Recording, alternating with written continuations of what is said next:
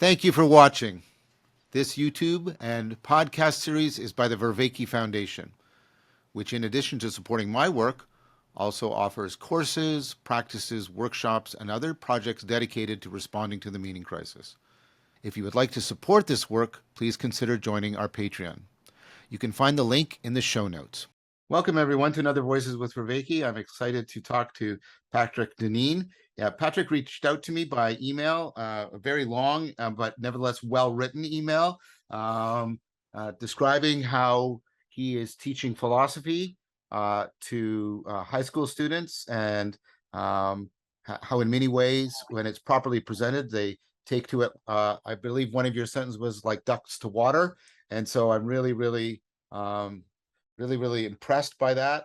And I want to get a chance for you to say what you're doing and explain how it works and how it fits in. So why don't you just introduce yourself and a little bit of your background and how your work connects to mine.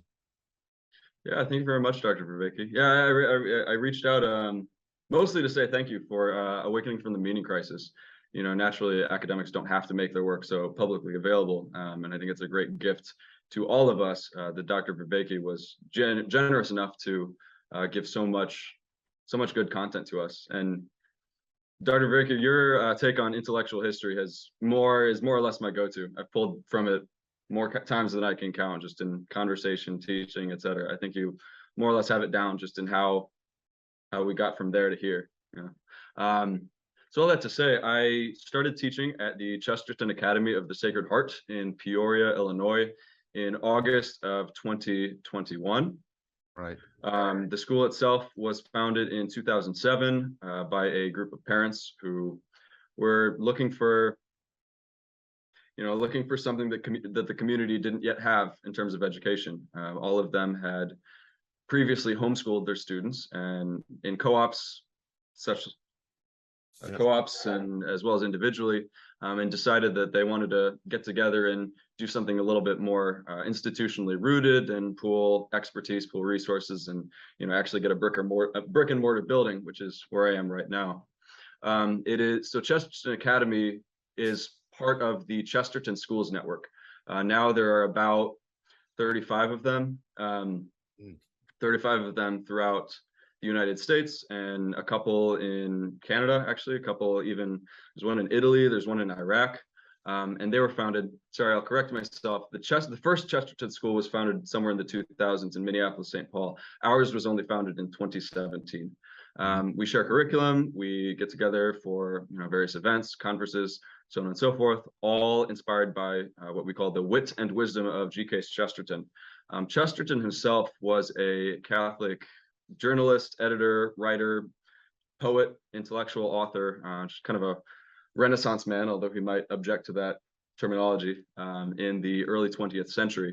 And we draw a lot from him and just his ability to speak to the modern world and to draw people into just happier, better lives of truth, beauty, and goodness. The Chesterton Schools Network is part of what's generally called the classical education movement, sort of turning our attention to the whole of human history instead of just taking the 20th, 21st century for granted. So we study all the way from the pre-Socratics to the present day, trying to receive whatever we can from each of those eras, and always with the goal of living well, not just moving on to the next grade, and eventually moving on to the workforce, and then moving on to retirement, and moving on to death. No, we consider education to be really forming and shaping the human person to have a real affinity for truth, an affinity for goodness, moral and otherwise, and to lead a good life. So it's tough for me to really articulate what classical education is, because to be quite honest, at this point, I would just call it good education. I think classical education really is what education should be, and we see the fruits of it in our students' lives. Well, thank you, Patrick. Please call me John. Okay. So you are making use of awakening from the meaning crisis in your course, or in some courses that you teach? Yeah, so this year I teach the freshman philosophy, combined junior sophomore philosophy, and the senior philosophy.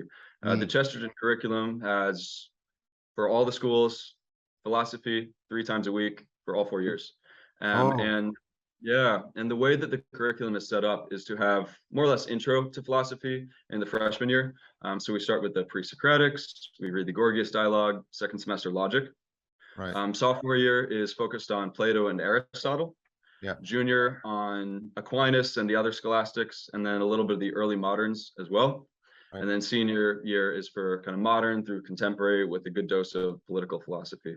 Right. And so where Awakening from the Meaning Crisis fits in is that I find myself more as a resource for me, to go and learn from your study of intellectual history and how really how the meaning crisis developed. And how we built up to it, the different techniques and the different methods, the different systems that each thinker has contributed. So, for example, today I was teaching the sophists to my freshmen, Mm. and I think that your framework of Harry Frankfurt's work on bullshit didn't use that word with them, but I think it Yeah, says a yeah, lot. yeah. Yeah, I think it says a lot about who the sophists were and how Socrates entered into that.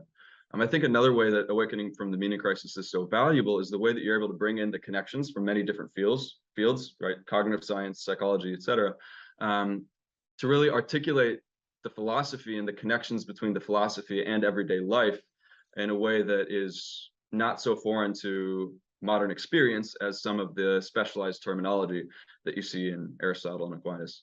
I guess Mm. specifically Finsting, for an example. Finsting, your Yes. discussion of multiple object tracking and how those sort of experiences show us that being is first, right? You Yes. identify the being of the thing and only then start to articulate the essence. Excellent. Excellent. Yeah, Excellent.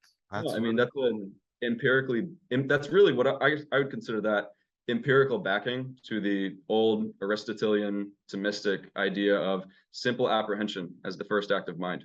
it's very I cool. mean, Aquinas wrote, being is the first thing to fall into the mind. And it's Yes. wonderful to do all these experiments and all these experiences and all these developments that show how that is actually lived out in the real world. Do you have do you have a PhD in philosophy, or you must have some training in philosophy? I have actually not much. um, yeah, I certainly articulate it as I am seeking wisdom, and then I share the fruits of my pursuit with my students. I see. Uh, I certainly wasn't hired because I'm a specialist. My own academic background, I graduated from Vanderbilt University in 2020 with a bachelor's in African American and diaspora studies. Right. After that, I did a year of Catholic seminary, discerned that that was not going to be exactly the way of life for me. And so I am teaching as I'm figuring out my next steps and seeing where I might fit into this pursuit of meaning of all of humanity and even all of the universe. And so, yeah, really all my philosophical background is having that lens all throughout college without real philosophical training. And then my 1 year of grad school. Yeah, not a specialist, but That's cool. That's fine. pursuit. But yeah, Is this what you're doing now something you might consider doing permanently? I think so. I think so. I really do find a great deal of fulfillment in education. Um, I have found my gifts and talents to be quite adept for it, and I found a lot of joy in it. So certainly going forward, I think that I think I'm made to teach. So a couple things. I don't know if you're aware of a lot of the recent the episode on Thomas Aquinas is one of the episodes I would most like to correct from Awakening from the Meaning Crisis. Oh, excellent. I would also like you to correct that episode. In particular, I mean, I've been very influenced by Sebastian Morello and the arguments of people like him and Clark and DC Schindler and others that Aquinas is much better understood as a Neoplatonist than as as an Aristotelian. Like Plotinus, he uses Aristotle, but the person in the pagan world that I think you could most aptly compare Aquinas to is actually Plotinus rather than Aristotle. So Sebastian Morello's book, the World is the Icon of God, great introduction to that argument, very carefully made. I just reminded me I need to contact Sebastian again. We haven't talked in a bit. So that's one thing. And then I guess the second thing I would want to say to you is, or recommend to you, have you encountered any of Pierre Hadot's work on what is ancient philosophy, philosophy as a way of life? Because the emphasis there on philosophy as the cultivation of wisdom, it was actually the influence of Hadot and Drew Hyland that really turned my mind towards seeing philosophy as a spiritual practice and not just an academic enterprise. I haven't read any of him, but I do remember you mentioning him Yeah. early on in the series. So, like, tell me what this is like teaching these kids. And I mean, I was moved at the one point where you said that one of the students, especially in the group that was initially resistant to Socrates, that one of the Right. students, I take it you were reading the Phaedo, and they were crying when Socrates was dying. So you Yeah. did something amazing there. You moved them from an initial, resistance to Socrates to, really identifying with them. What's that like? How do you do that? Yeah. I don't. I don't. I mean, it's a Catholic school, and that's my own background, and so I would say that grace has a lot to do with it. I would say that these kids' parents have really formed them in such a way that they are just constitutionally, just who they are is inclined towards that truth and that goodness. And so really what I think what I was able to achieve was to show them the intrinsic connection between truth and goodness. And that was what sold them on Socrates. Now, of Mm. course, they're not entirely sold. He still irritates them sometimes. He's a But no, gadfly. yeah, gadfly, exactly. But I'd say that over the course of that year, um, as many, they started out interpreting him as just trying to irritate people, prove he's right. He doesn't actually have any answers. He just Yeah. tells people they're wrong. Which is an understandable first take on him. But Yes. it's really through patient engagement with his dialogues and patient engagement with his moral vision, and also their own drive towards living well, living virtuously, living in love, loving well, right? Yes. In Socrates' own terminology, and just seeing his deep commitment and even to his willingness to die for what he believes to be right, Yes. and the way that he believed self-examination to be so integral to that. One Yeah. thing that I really highlighted for them was in the last few pages of the Apology, in which he requests that the people around him challenge his sons, Yes. Yes. right? Yes. Yeah. Which he tells them that if any of them think that they are something when they are in fact nothing, you must Right. Right. wrong. Right. Yeah. Yeah. Yeah. Yeah. This is the way of life that he wants for himself. This is the way of life that he wants for everybody. Mm-hmm. And then, right, tracing that through the credo, in which he, facing death, he still thinks, Yeah. right? Still believes that living in accord with the truth that is found in being is the only right way to live. Um, and then the Phaedo too. I think the Phaedo especially beautifully expresses his relationship with his students and his care for them and his Yeah. really fatherly characteristics, in leading them towards wisdom, leading them towards what makes life meaningful. And so by the end, yeah, they got it, and of course they're all faithful Catholics as well, and so they can, over time, they came to see how deeply that pursuit of truth as one of the basic precepts of what the human person is made for is what's going to lead them towards union with God, and that's ultimately what they care about, however clearly they may or may not be able to articulate it. Right. Right. Right. Well, first of all, we've we filmed 17 episodes of After Socrates, the next series, Mhm. and there's Oh, also excellent. 4 or 5 more to go, and then Right. that's going to be there and it's going to be released. So Wonderful. that's going to follow the whole Socratic, Neoplatonic tradition about the development of dialectic into dialogos. And Yeah. so you might find that that's valuable for going more in depth about Socrates. Thank you very much. What kind of thing do you do? Like, what kind of practice? Obviously, they're reading the dialogues. Do you have them discuss it? Do they argue about it? Like, I'm really intrigued as like what's going on in the classroom when you're Yeah. confronting these great texts. Right. So this year, actually, so the Socrates is handled in sophomore year, and just because of the size of the school, we actually only have 35 students. So it's very small, very personal, very much a community. Ah, Um, yeah. So with that size, so far, we're almost to the level of offering all 4 years of the curriculum every year. But for this year, the sophomores and juniors are together in the junior curriculum. So I'm not teaching Plato this year. And last year teaching him, I was very much just getting my feet under me. I Right. don't have too much of a pedagogical background. And so it's more just like deliver the content, discuss it with them, see how it goes. So all that to say, I didn't structure it especially deliberately.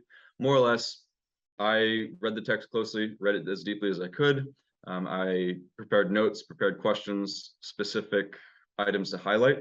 And then we went through and discussed, and I addressed objections, and we went down rabbit holes, so on and so forth. And, I'm blessed to have such brilliant and such good-hearted students that they're able to contribute a lot as well.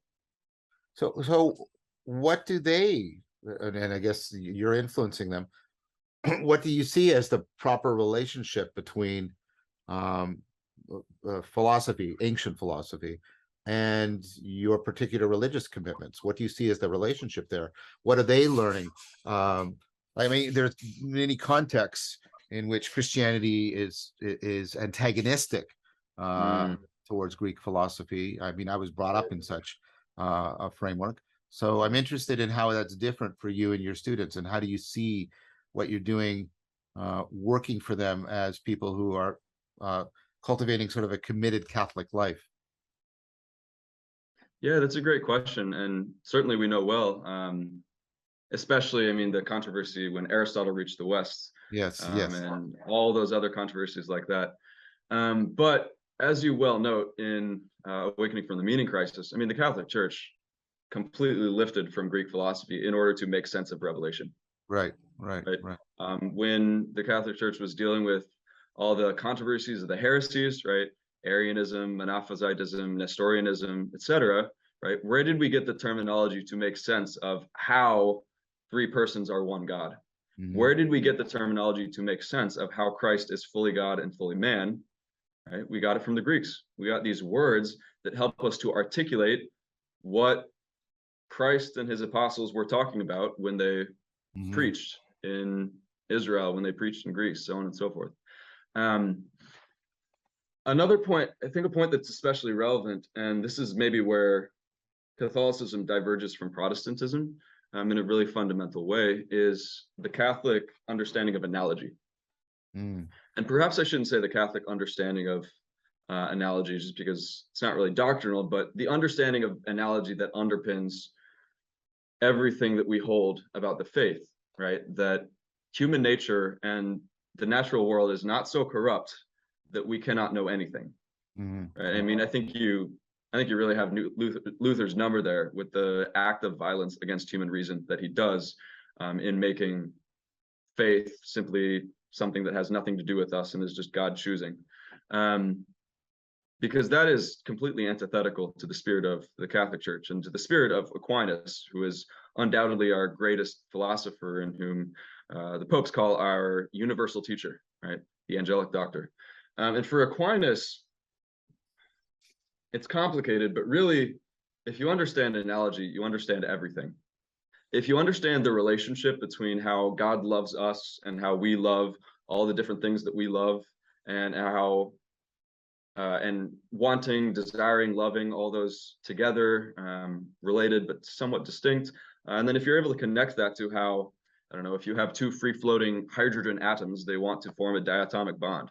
Right. And so when you drop a rock, it wants to go downwards.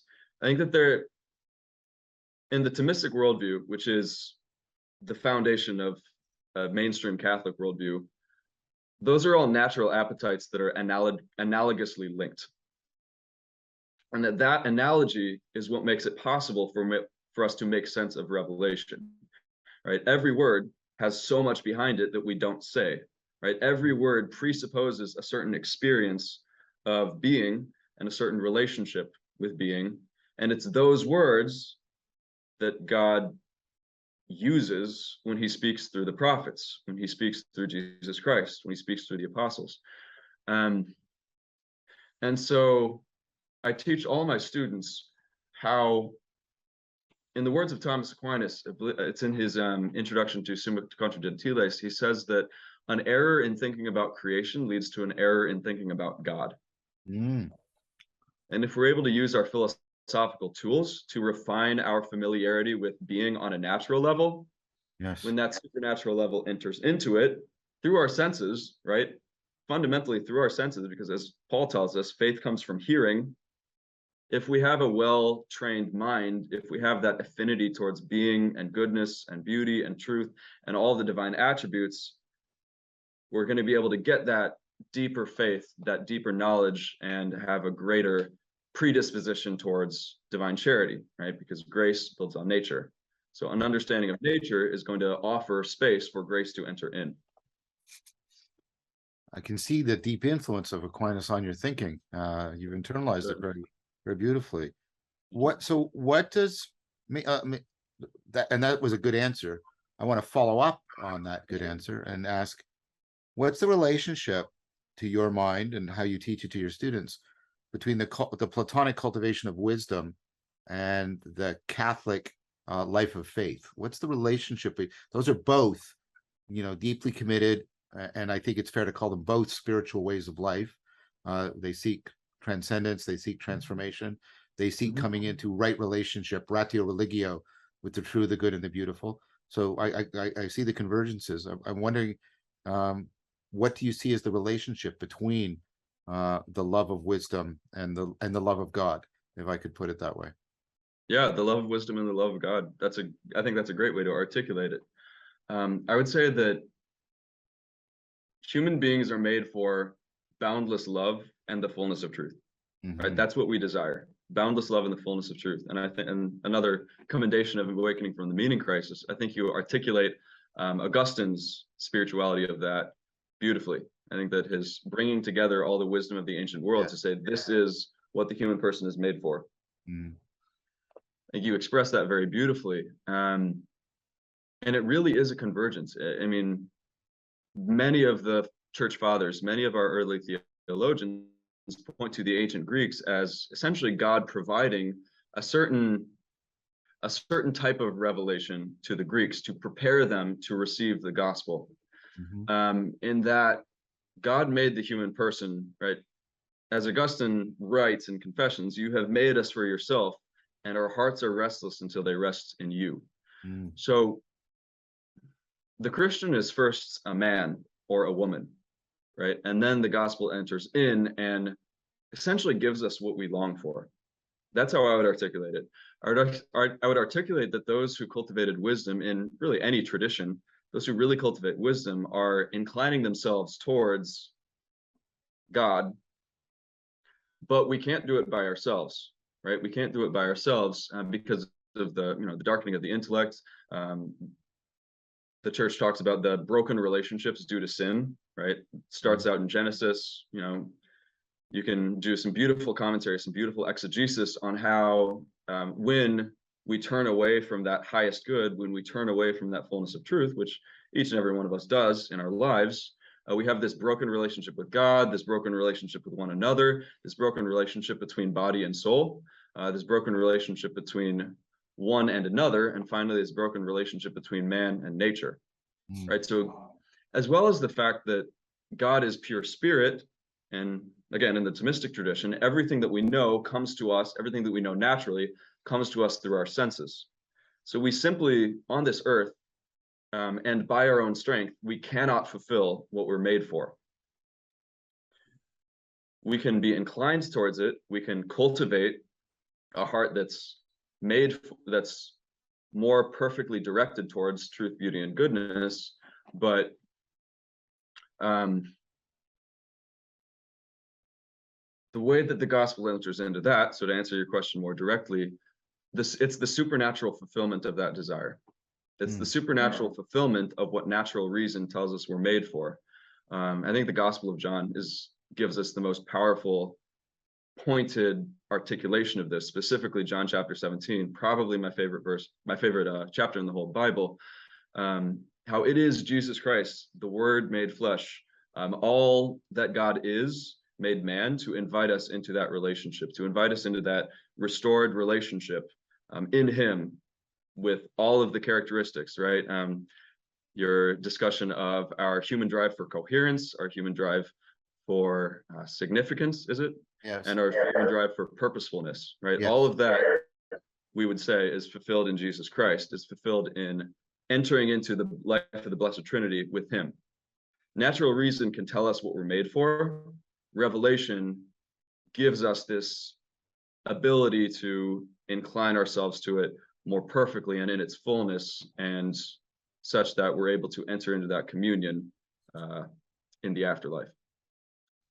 So you genuinely see Christianity as you understand it as following from and in some way a culmination of the whole Greek intellectual tradition. I would articulate it a little bit differently and say Please. that by God's providence, Right. The Greeks did something to prepare us for the reception of the gospel. Right? We, especially Pope St. John Paul II, would often talk about these strains of development that come together, these strange strains of history, right? The Israelites, this people who received this special revelation, who received this covenant relationship with God, it's restored in Christ and sent out to the whole world.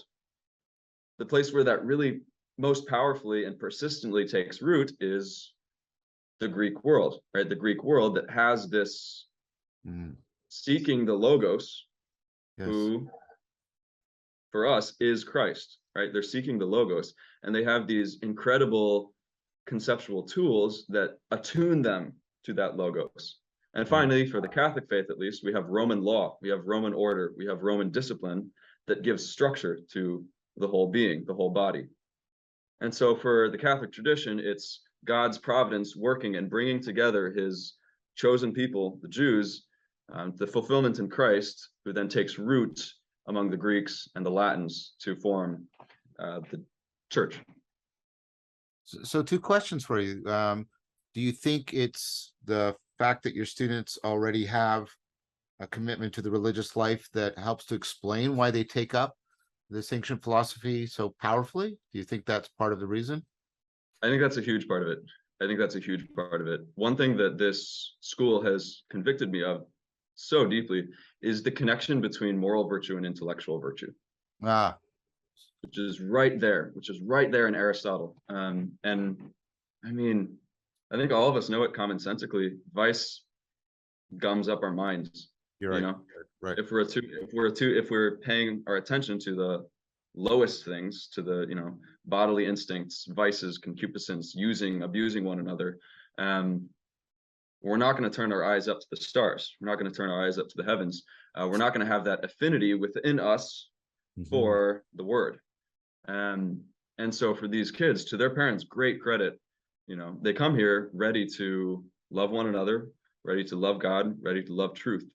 And then the community, the culture, right? The culture really inculcates that in them further. One of my favorite quotes about education is from, I think he's the headmaster of a classical school somewhere in the Southeast. He said that culture is the hidden curriculum of a school. Culture is the hidden curriculum of the school. And the headmaster here, my colleague, Dr. Joshua Russell, has done a tremendous job of cultivating that culture. If I could tell an anecdote of, Please. I think it's my favorite anecdote for the caliber of young people that I get to work with here. To preface it, so the school opened 2017. Dr. Russell, his professional background is in concert piano. And so concert piano and literature are his specialties. And so when he started, right, another thing that's mandatory in the Chesterton curriculum is choir, right? 4 years of choir, 3 times a week. And when he started, right, naturally they're teenagers, so they want to sing pop songs, they want to, do this, they want to do that, blah blah blah blah blah. This, more lowbrow stuff. But he was firm, and he, held them to it, kept them with that discipline to sing challenging pieces, challenging classical, sacred music, so on and so forth, as well as lighter contemporary stuff. But he held them to this high standard of musicianship. They don't ask for pop songs anymore. Right? And it's naturally, it's not because, the kids cycle through, but the culture is such that, and I think this is what makes the school that I teach at so special, right? So it's such an incredible place, is that the students encourage one another towards that goodness, towards Right. that. And so just last year, so we don't have, we're a private school, we're not state funded, and we keep tuition at a quite reasonable level so that it's accessible to all people. And so we have to fundraise, right? And so as part of the run up to our annual gala, we asked our students to, hey, go out to businesses with people whom you know, family, friends, whatever, and see if they'll be willing to pledge, right? So we set the fundraising goal for across the 30 of them. If they could raise $5,000, they would get, this reward, right? We'll give them movie night, snacks, freedom, whatever. On the day that was due, one of the students had an idea, and he wrote a petition. Shared it. All the kids were getting hyped about it. I've never seen them so excited. I hadn't at that point seen them so excited about anything. I saw the petition. I liked the idea. I signed it. Because the petition was for Dr. Russell to play a classical piano recital for them. Oh. We had a group of 30 teenagers who were just off the walls excited and longing for their headmaster to play a classical piano recital for them. Oh, as a wow. reward for, for the gala fundraising. And so Dr. Russell thought about it, despite the fact that he has 9 children, so he does not have, and the duties here, so he does not have much time to practice, but he certainly still got it. So one day during finals week, we went on a field trip to the piano store just down the road that way, and Dr. Russell played Mozart, Liszt, Chopin, and I think Debussy for them, and they were just enraptured. They were absolutely enraptured. Yeah, so that was a wonderful day, and Dr. Russell and I, we called it an appetite check. And they passed with flying colors because these kids really are inclined towards the higher things in all walks of life. Another connection to your work, general intelligence, right? They love good music, they love good virtue, they love good philosophy, good theology, good literature. They really, really love good literature. They're getting there on the math and science. But so on and so forth. They encourage one another to incline towards the highest things. That's really uplifting. Yeah, it really is. It's been a great source of joy and hope for me. Is each school associated with like a particular church or anything like that, or are they paired up, or? The Chesterton Schools Network, all of the schools are Catholic, right? It's a deeply Catholic curriculum. Generally it works in these schools like it works here, like it worked here, and like it worked at the original school in Minneapolis, St. Paul. A group of parents who are convicted of the vision of just classical education, right? Forming their children in accord with the best that every age has to offer, and for union with God, period, full stop, right? If you have that, you have everything. If you lack that, you have nothing. And so that is the vision that drives our parents to send their students here. That is the vision that drives students to do what they do here. And that's the vision that drives the faculty to do what we do. So generally it is independent groups of parents who get together and build something beautiful for their children. What happens when the children of the original parents have graduated? Well, what brings in the new kids? Great. That's a great question. A lot of it comes from the strong homeschool communities that we have around here. A lot of it, obviously comes from grace, but also just the parents stay engaged, and a lot of them have reasonably large families. And as Jesus said, by their fruits you shall know them. And this place bears fruit, and people notice. So I'm wondering, what do you make of the parts of the series? I mean, where I'm obviously being influenced by both religions and philosophies outside both the Christian and Greek heritage. I mean, I dive into Buddhism to explore mindfulness. I talk about Taoism and flow.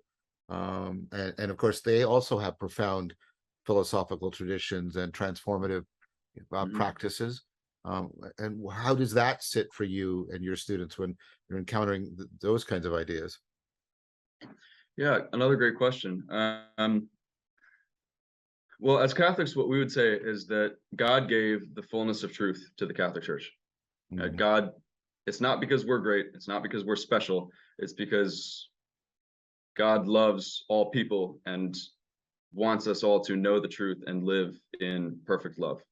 Mhm. Um, However, he guides those who are outside the fold as well through more or less partial revelation, right? Through convertibility of the transcendentals, right? Everything that Yeah. is, to some extent, is true, right? Everything that is, to some extent, is good.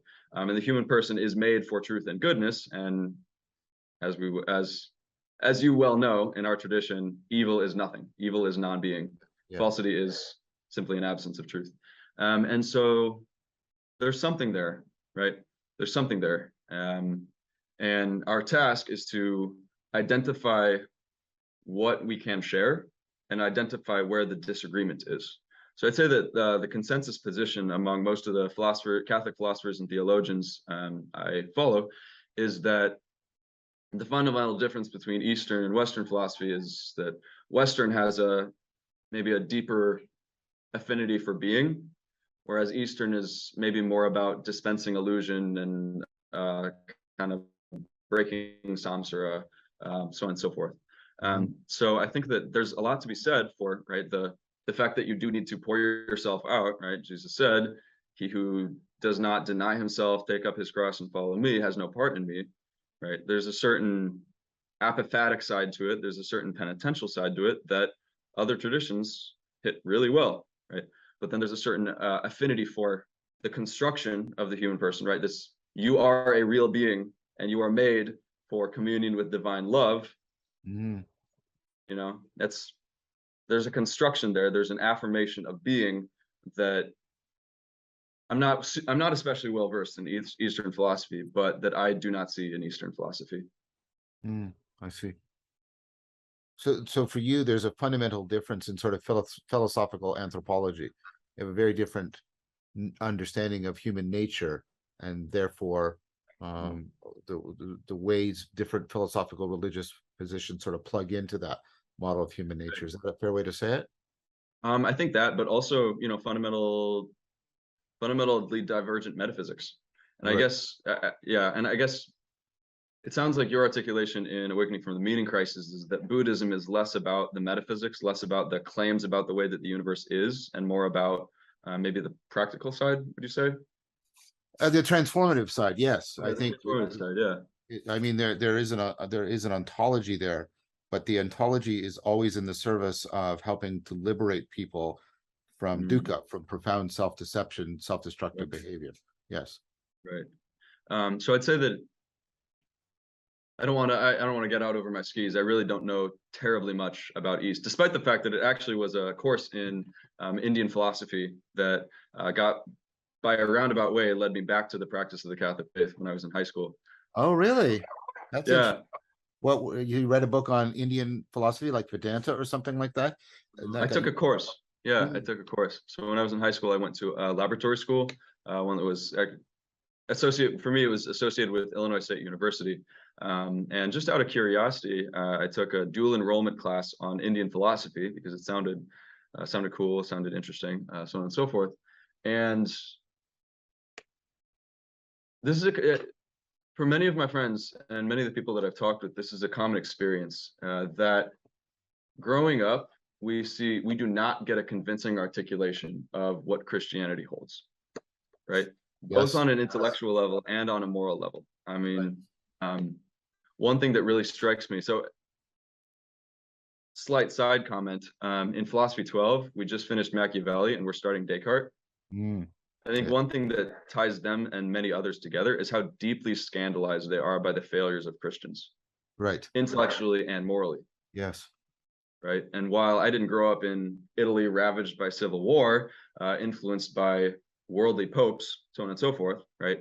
I would say that I was not especially well served by my parish growing up, right? Mm, I don't really remember anything from my religious education. I at the very least, I did not notice, it was never palpable to me, a person whose life had really been transformed in Christ. Mm. And I certainly wouldn't slight the people around me, but I didn't notice at the very least. And so, I was pretty smart. I was pretty arrogant as a freshman in high school. And so I started thinking about things, and I said, I have no reason to believe any of this to be true. I've seen no evidence for this. I'd Right. never heard an articulation of God as subsistent being itself, right? Right. I'd never heard the actual doctrine of who Christ is. And on a personal level, I hadn't encountered him, right? I hadn't encountered him in all the dimensions of my being. And so I came up with my alternative articulation for how things are, right? Very much in this, secular humanist mind frame of Yeah. morality coming from evolution, so on and so forth. And I just, went away from it. Until 2 years later, give or take, in this course on Indian philosophy, even just thinking metaphysically again. Right. You know? Right. Like this idea of God as this super powerful grandfather in the clouds, that didn't make a bit of sense to me, because it doesn't really make a bit of sense, right? Like it's a helpful analogy for children, maybe, but as you grow up, right, as St. Paul would tell you, you got to go from milk to solid food. And I Yeah. was never given solid food. And so I hadn't actually considered being until that course in Indian philosophy. That's very Um, interesting. That's very so interesting. Yeah. yeah, I couldn't believe in this bearded grandfather, essentially taking the Sistine Chapel's image of God to be literally true, which it's not, it's analogically true. But I could believe in God as the substrate of being, Mm. because disagreements between theists and non-theists, or agnostic, atheists, what have you, it's not really about God. Generally, it's generally a disagreement about the nature of the universe. Yeah. The nature of being. I get Right. that. I, Yeah. I find it And so for interesting. me, sorry. Well, I find it interesting. Sorry to interrupt. I just find it interesting. I mean, you're kind of like Augustine. Like he talks about how, Yeah. it was the Yeah. Platonists that taught him to think about God as something other than a material substance. And so Right. Yeah. you Absolutely. sounds like you encountered some version of Vedanta that did the same thing for you, which is really Yeah. Yeah. intriguing. I certainly So did. what, I mean, so that brings up, do you, I mean, in Canada and Ontario, we have an official Catholic high school system, state supported, and Mhm. one of the courses that is actually mandatory is world religions. And do you have something like that in your school where they're taught about the world religions in any way? There's no formal course on the world religions, but our 4-year history curriculum, um, chronological, we hit just about all of them in that. Like I taught sophomore history last year, and I gave them medieval history, and so I gave them a pretty substantial introduction to Islam. Right. Other teachers will do the same in other courses, um, and I think theology would be one that would hit some of those. Right. Right. So they have Yeah. to take classes in theology as well as philosophy? Oh yeah, 4 years philosophy, 4 years theology, 3 times a week. Wow. What are the theology courses like? Do they read do they read only Catholic theologians, or do they read theologians across like Orthodoxy, Protestant, etc.? It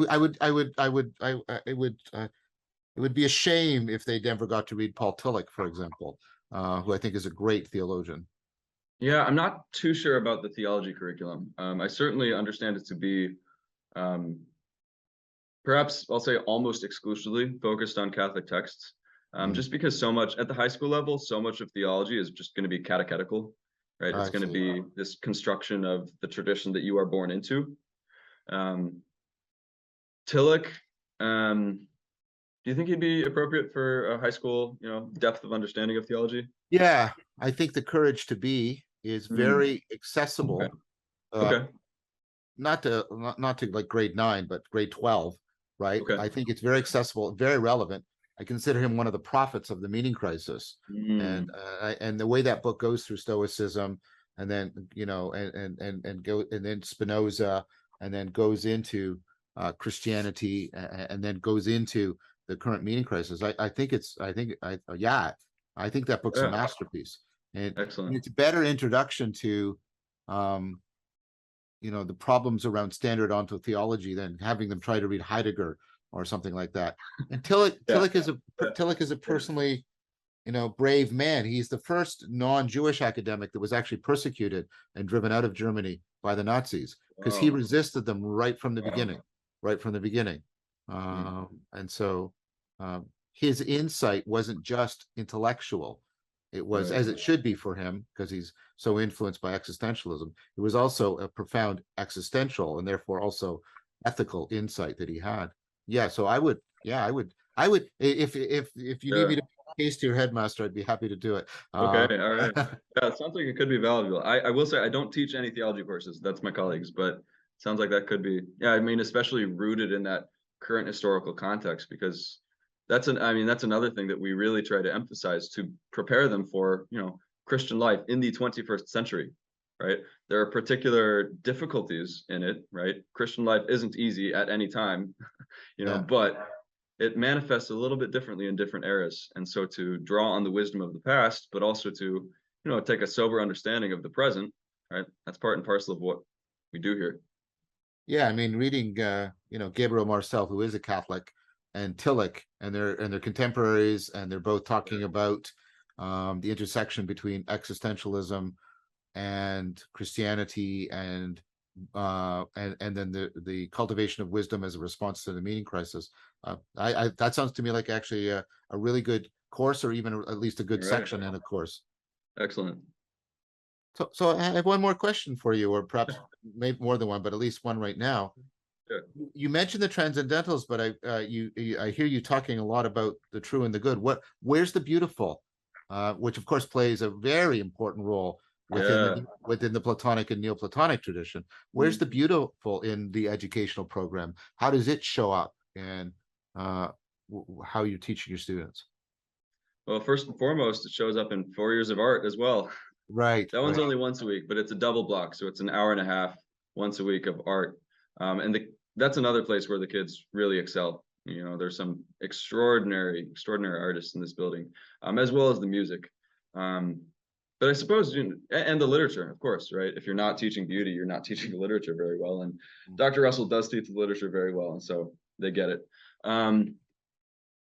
Yeah, but that's a great question, and I'd say that it's integrated throughout. It's integrated throughout. It's a very human curriculum. It's a very human curriculum. We really do seek to shape the whole person, and God's beauty is one of the ways that He does certainly reveal Himself to us in a deeply convicting and powerful way. Mm. Well, so the literature, what's the kind of literature that's being read? Novels, poetry, drama, that sort of thing? Yeah. So let's see. The freshmen, I think they're still in the Iliad. Wow. Yeah, yeah. The Again, the sophomores not taking it this year, but I think that around this time last year, maybe they were in Beowulf, Seamus Heaney's translation. Right now, right now the sophomore juniors are working through the Divine Comedy. So Oh, they're getting, wow. yeah. I am too. Oh, excellent. Yeah, as am I. I just started Heaven, right? And I Oh, just started. I'm still in hell. So there you go. I'm So, almost done. so are the students. They hate it. They hate it. Uh, Well, they love the literature, but let's say they respond to it as Dante would have them respond to it, and yeah, really you're supposed to comes. be horrified. Yeah. Yeah, absolutely. So they're very, let's say they're very much looking forward to purgatory. They're very much looking forward to getting to purgatory, and then Yeah, yeah. and then the seniors just finished Goethe's Faust and are just starting Great Expectations. Oh my gosh. Faust by Goethe. What a profound work to consider. Yeah, Wow. yeah. Well, that strengthens my conviction. If you've got them reading Goethe's Faust, they could read Tillich for sure. Okay. I think that would be a very powerful argument. More or less universally, their two favorites are Dante and Shakespeare. They adore Dante and Shakespeare. Yeah. Well, as they should, as they should. So what I mean, do you do any longitudinal follow-ups? What happened? Like, what's the career of most of your students after they leave the school? That's a great question. I mean, our our first graduate only just graduated college last year. Mhm. Um, and he was a class of one, right? He was that first year. The rest of them are, they're making it. I think one of them is undergraduate. He's looking towards medical school. Another, just off the top of my head, is in kind of exercise science, and she wants to do kind of physical therapy type of stuff. A lot of these are, I'll say that a lot of these are students that I do not know especially well because they were before my time. Right, right, right. Right. So I don't know, but according to the people that I've spoken with, they go on and some of them enter, priesthood or seminary, religious life. Many of them have families and they, live upstanding, happy lives, contributing to a culture in which meaning is restored. Well, that's the sort of last topic I want to broach with you. Yeah. You think that what you and you know, um, I understand you're coming from a particular position, but nevertheless, do you think that what you're doing and what not just you, the school and the way your students are being educated, do you think it is helping to address the meaning crisis? Yes. Yeah, absolutely. Um, because I'll say, and this is certainly I'll say a respectful criticism of your project. Sure. Um, it almost seems like you beg the question that Christian life is not viable in the 21st century. Mm. I'll respond with a quote from G.K. Chesterton, right, the patron of our school. He said that all the way back in the early 20th century, he said that Christian life has not been tried and found wanting.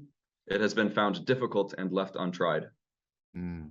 Mm. So I would say that, I mean, and certainly as I worked my way through your articulation of the sweep of intellectual history, you see that when they turn away from the Catholic faith and a worldview that really emphasizes being and the unity of the transcendentals, that's really where things start to decay.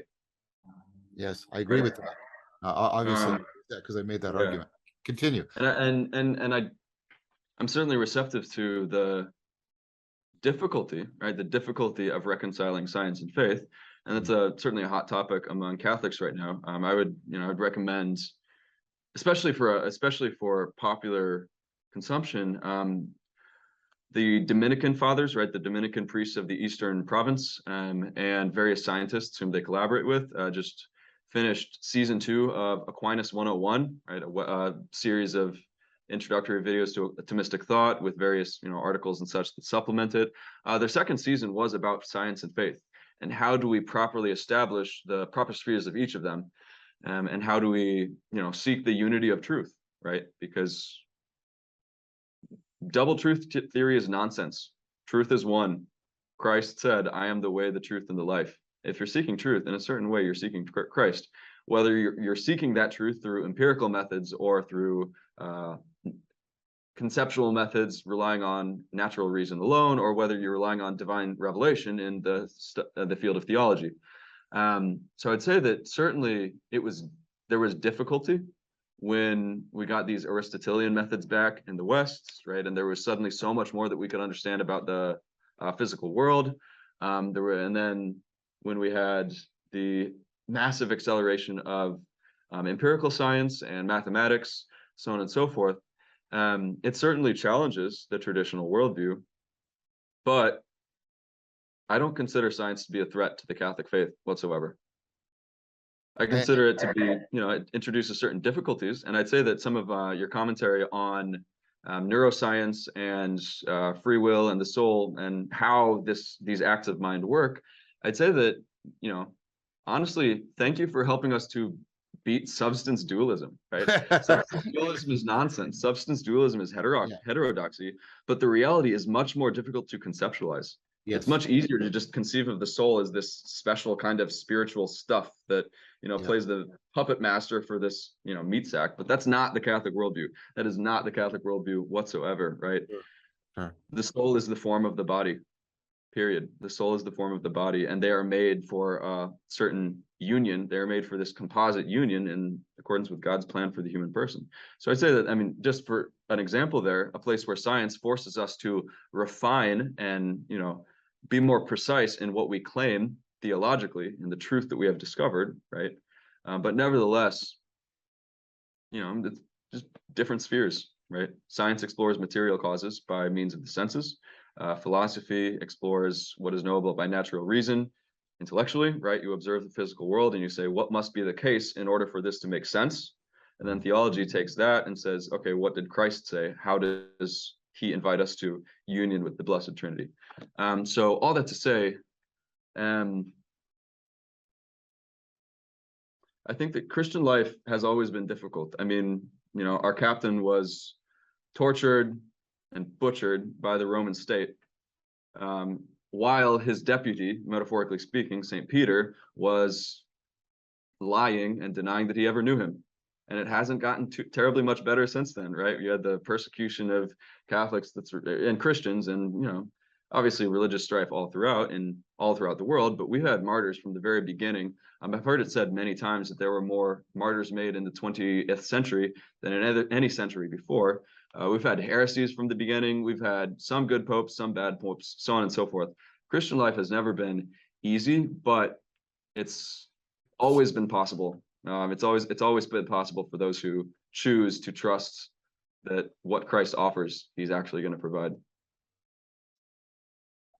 I appreciate that, but I wonder, I mean, your own experience that you related is that many people are not rejecting Catholicism because of some inconsistency between it and the metaphysics of the scientific worldview. They're rejecting it because they're given a picture that is not intellectually viable for them. That was your own experience, and Absolutely. surely your experience is not unique. And I've talked to lots of people who are former Catholics for that reason. Absolutely. So do you see that what you're doing at your high school is also addressing that concern? That, I mean, if you take a look, and of course I do, the research on the nuns, the NOS, the NS, NONES, they are not rejecting it largely because they have some sort of philosophical atheistic argument against the truth of particular doctrines. They reject it on the grounds of relevance. They find it obscure, irrelevant, and not touching them and satisfying their maturing intellect, their maturing spirituality. That's what the research shows. So, and you are an instance of that yourself. And so, it seems to me that there's also this other thing. It's not just the difficulty of the Christian life. There's a degree to which there has been a failure on the part of the church to be concerned with exactly that issue about a living viability. And I take it you think that you believe, not think, you believe that your high school is addressing that concern in some deep way. Yeah. Sorry. Go ahead. No, go ahead. Go ahead. Yeah, absolutely. And thanks for your addition there. I think that that's also part of the difficulty that I'm talking about, right? The difficulty of proclaiming Christ to a world that has so much else going on, right? So many other promises that it makes, right? There's a reason why Christ made his most profound headway with the poor, right? To those on the peripheries, to those on the margins, to the downtrodden, right? Who had nothing else but his promises in which they could hope for happiness, right? I mean, for the first few hundred years as well, right? Christianity spread like wildfire among the unwashed masses of Rome, right? And that's part of what made it difficult for Augustine to accept it. Right.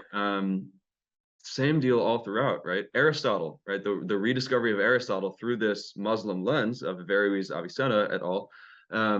It offered them something else that was more compelling than the, disputes about these like fine little distinctions, so on and so forth. And so you see figures such as Siger of Brabant proposing something, it seems something of a double truth theory. All throughout, right? Scientific revolution, economics, etc., offers something that, I mean, obviously I have my own position. I would say that distracts people from what they're really made for. Right? I mean, we carry around in our pockets, we carry around these devices that have constructed this artificial, sensationalistic world that is meant to trap us. Trap us so that it can buy and sell us stuff, but more than anything, buy and sell us, change our behavior, shape our behavior, right? Little dopamine machines, essentially, right? And I think your discussion of addiction is relevant to this. Yes. Right, there's this fundamental unreality that's, I think, part and parcel of the meaning crisis that you speak of. Yes. There's a fundamental dissociation from the real world. I mean, even just today, the temperature is starting to drop in central Illinois, and so I was half seriously preaching the merits of feeling cold and feeling hot and feeling rain, and just being in touch with nature, right? Being in touch with nature, knowing that that man's works cannot satisfy us. Right? There's nothing in this material world that can satisfy the deepest longings of our hearts, right? That can, as well, and that's not to divide the emotions from the intellect, right? By no means, right? When Catholics speak of heart, at least when reflective Catholics speak of heart, they speak of really just the core identity of the human person, that Yes. which drives us, that which knits us all together and guides us towards our proper end, which is the fullness of truth and unbounded love. So I think that part of the difficulty of proclaiming the promises of Christ to people in the 21st century is that there is so much else going on, and that there is so much apparent cause for despair. There's so much apparent cause for despair. I firmly believe, and I tell my students this, that engaging with the culture and proclaiming Christ, which is the duty of all the faithful, right? And I almost don't want to say duty, because first and foremost, it's just the fact that if we really believe that we've encountered something good, we're Yeah. going to share it. Yes. Yeah. And these kids have, and so they want to share it. And so, when we talk about that, I say that it's not about winning arguments. It's not about winning arguments. First and foremost, I think people need hope that truth is knowable, Yes. right? That truth is knowable. Metaphysics is difficult, but it's only by, even if it's not on a very technical level, just to consider what being is, just to consider reality, right? If you understand being, you understand everything, right? And of course, none of us understands being because it's beyond us, but we can know something about being. We can start to make these, right, real mental distinctions. We can start to consider that it's common to all, but not all in the same way, right? The one and the many, but nevertheless, it is God's presence in us. Being is God's presence in us. So to consider that, and to be awakened to the fact that human beings can know these profound, transcendent, transformative truths, and then can delight in them, right? Augustine defines happiness as joy in truth. Yes. Yes. Aquinas articulates that further by speaking of it as the vision of the divine essence. We're made to know God. We're made to love God. And for so many people, it's just that I think maybe that's what you're speaking of when you say it's not viable. It's hard to believe in that when we're so enmeshed in not even just the workaday world, but this artificial representation of the workaday world. So all that to say, I think that the fundamental dissociation from reality that so many people experience is a challenge that only God's grace, working through one another, as well as working in the hearts of each and every person, can break through. And I hope that I am participating in preparing these students to be receptive to that grace and to encourage others to be receptive to that grace, because Christ really does promise more than anybody else who has ever lived. Well, your conviction as a Christian is very apparent. Yeah. Is there anything that you'd like to say before we close off? I mean, you have fulfilled your. I agree with you. It's not your duty; it's your love of the good, and you've shared it, and you've articulated how it intermeshes with the Greek tradition of the cultivation of wisdom and responding to the meaning crisis now. What I'm saying is, I don't have no authority over you, but I feel like I'm releasing you to say you've done you've done your duty in that sense. Is there anything beyond that you'd like to say or share? Yeah, I guess two more quick things. One, we're not special here, right? Yeah. Chesterton Academy of the Sacred Heart, I would say, is a special community, but we're all finite persons who, I mean, the guys have arm wrestling tournaments over lunch. One of them brought in a pull-up bar this week, and so they're having pull-up competitions during the lunch hour now. Um, you know, we're repentant sinners. None of us knows everything, not by a long shot, but none of us knows nothing. All of us have imperfections, but nevertheless, all of us are inclined towards the good, which is true of every single human person who has ever lived. All of us are inclined towards truth, and it's simply a matter of unleashing that and asking ourselves, just, what if, That's a right? very What? Platonic claim you just made, which like where we have this inclination, we have this affinity, we have this love Yeah, in us towards. yeah, We're metaxu. We're always between. We're always being yeah, drawn beyond ourselves. yeah. So and then I didn't take you just to give you some feedback. I didn't take you as presenting yourself as any kind of. I didn't get any sense of elitism Thank you. or the chosen community Thank kind you. of thing. No, I didn't get that at all. I got a sense of no. Yeah. We you have a model, and it overlaps with mine considerably. Oh, Of certainly, yeah certainly. of humans wisdom, as I like to say, wisdom is not optional. You either do it Mm, explicitly in a sapiential community with traditions of practice, or you do it implicitly and you're largely doing it unconsciously or and with a mixture of doing it autodidactically, and that is has a yeah, great chance of going wrong. So I'm in agreement with you about that part of it, I think. um, yeah.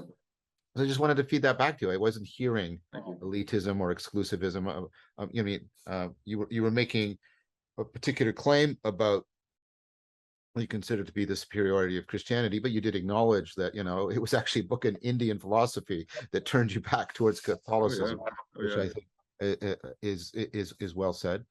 Yeah. What there was two things. What was the other thing you wanted to say? Oh, the other thing is, you are a martial artist, yes? Yes, Is it Tai Chi, you said? I touch each one. I do, and I do a slow form, a sword form, and then I do a very fast fighting form called Fajin. Oh, very cool. Yeah, I started training Brazilian Jiu-Jitsu when I moved to Peoria here. Yeah. Cool. I, I, I I I, I definitely I think you should consider that also as part of your curriculum. The oh yeah, arguments I've made absolutely. about mindful movement as being integral to the cultivation of wisdom. And Plato, of course, is a wrestler. His broad shoulder, it's That's actually his right. Yeah. nickname. And Absolutely. Socrates was a Absolutely. warrior and a stonemason, and Yeah. they're meeting in the Yeah. gymnasium. Yeah. And all the current cog sci about how important it is to bring that into the Hmm. cultivation of wisdom. You yourself made the point that you're not substance dualists, and therefore the body is not just a vessel. The mind is constitutive of your humanity, and therefore it plays a constitutive role in the cultivation of wisdom. Absolutely. Absolutely. I've met so many decent people at my jujitsu gym. I've met Yes, so many just really sound people. And I think part of that is the humility that, one, everybody starts somewhere, and it's very visceral when there is somebody who is much better at martial arts than you. yes, I mean, it's the humility of no matter how, no matter how much you deadlift or whatever, no matter how good you are at high school sports, no matter how smart you are, blah blah blah, no matter how much money you make, blah blah blah blah blah, right? If you're a white belt going up against a black belt, yeah, he's yeah, going to be he's hopefully going to be gentle with you, but he's going to kick your butt. yeah, yeah, And then also with that, I think that I'll say that it's hard to deny the reality of a person who has you in a triangle choke. yeah, yeah, yeah, I yeah. think that yeah, it connects to the maybe the point I made about just engagement with reality, engagement with what we would call God's creation, the sunsets, the rivers, the streams, the clouds, the birds, insects, everything, and then to use our bodies in a way that is just kind of fundamental to human life in most eras of human history, right? The Yeah. preparation for combat, that life is hard, and to at least simulate that, I think is incredibly helpful for integrating emotions, integrating muscles, integrating thought, integrating attitude, everything, integrating virtue, right? I think that that engagement with reality is, I and many others would say that that is perhaps first and foremost in disposing oneself towards both natural wisdom and the divine wisdom, which is, right, Jesus Christ. Hmm. Well, that sounds like a good place to end. So Patrick, I want to thank you for coming. Um, it's powerful to see. I was unaware of this whole network of Chesterton schools, and powerful to see people basically trying to sort of fulfill, what Augustine and Aquinas, and even people like Nicholas of Cusa are up mm, to, or were up to in powerful ways. And so, thank you yeah. for sharing that, and thank you for Well, reaching out. right? Leisure. It's about living well. It's about inclining yourself towards a happy life, a life of eudaimonia. That's Yes, all. very Period. much. Well, I'm interested. I hope you'll watch it after Socrates, and Yeah. I'm interested in hearing from you what Yeah. you think That sounds about that wonderful. series when it comes out. Excellent. All Take right. good Thank you care. very much. Bye bye.